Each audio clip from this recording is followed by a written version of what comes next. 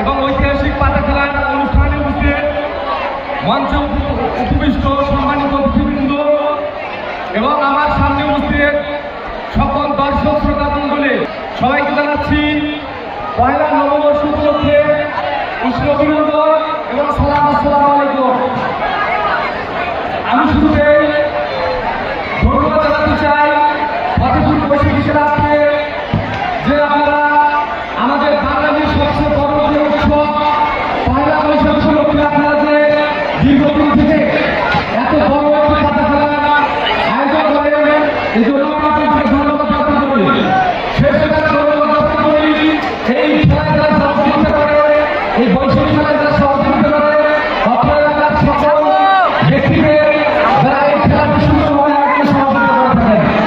শেষে আমি ধন্যবাদ জ্ঞাপন করি সেই দর্শক শ্রোতাবৃন্দকে যারা এই বৈশাখী খেলা এবং এই পাতা খেলার অনুষ্ঠানকে উৎসাহিত করে এখানে উপস্থিত হয়ে তাদেরকে সহযোগিতা করে। পয়লা বৈশাখ বাঙালি জাতির সবচেয়ে বড় সাংস্কৃতিক অনুষ্ঠান।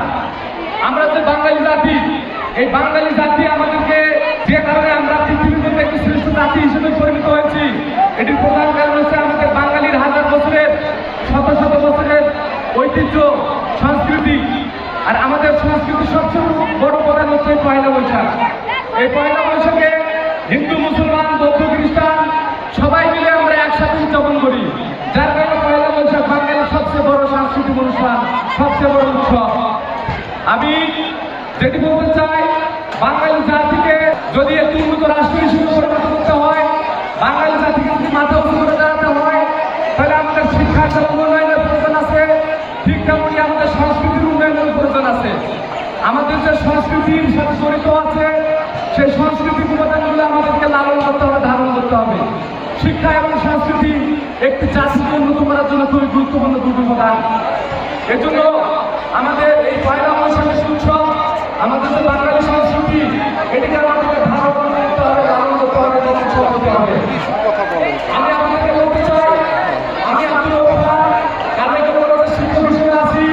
আমি শিক্ষার ক্ষেত্রে এবং সংস্কৃতির ক্ষেত্রে আমি বলবো যে আমার সহযোগিতা করা দরকার। আমি সহযোগিতা করার চেষ্টা করি, পৃষ্ঠপোষকতা করার চেষ্টা করি, উৎসব করার চেষ্টা করি। আপনাদের এই এলাকার কোনো ছাত্রছাত্রী যদি আপনাকে কলেজে পড়ার ক্ষেত্রে যে কোনো সহযোগিতার প্রয়োজন হয়, আপনারা অবশ্যই আমার সাথে সহযোগিতা করবেন। এই ক্লাবে আমাদের নেতৃবৃন্দ আছেন, সাধারণ নেতৃবৃন্দ আছেন, মাননীয় আছেন, সদস্য আছেন এবং এখানে আরো নেতৃবৃন্দ আছেন। আমার সাথে অবশ্যই যোগাযোগ করবেন। আপনাদের শিক্ষার ক্ষেত্রে, সংস্কৃতির ক্ষেত্রে আমি অবশ্যই সহযোগিতা করবো। আর আপনাদের এই খেলার সঙ্গে বৈশাখী অনুষ্ঠান এবং পাতা খেলার আমি যতটুকু বুঝতে পারি, আমি আপনাদের কাছে থাকবো